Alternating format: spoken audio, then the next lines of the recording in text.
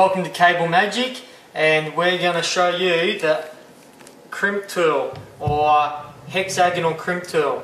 Here's one here. It's just it looks like a pair of pliers, but it's got a hexagonal shaped crimping shape in here.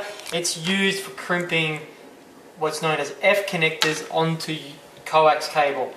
The reason that this professional tool is used is it's the requirement for digital TV. It's so that you do not damage your cable when you're fitting on these connectors. Crimping these connectors on with pliers is not recommended, and if your connection or your antenna system fails, this is why. You need one of these if you're going to do it properly.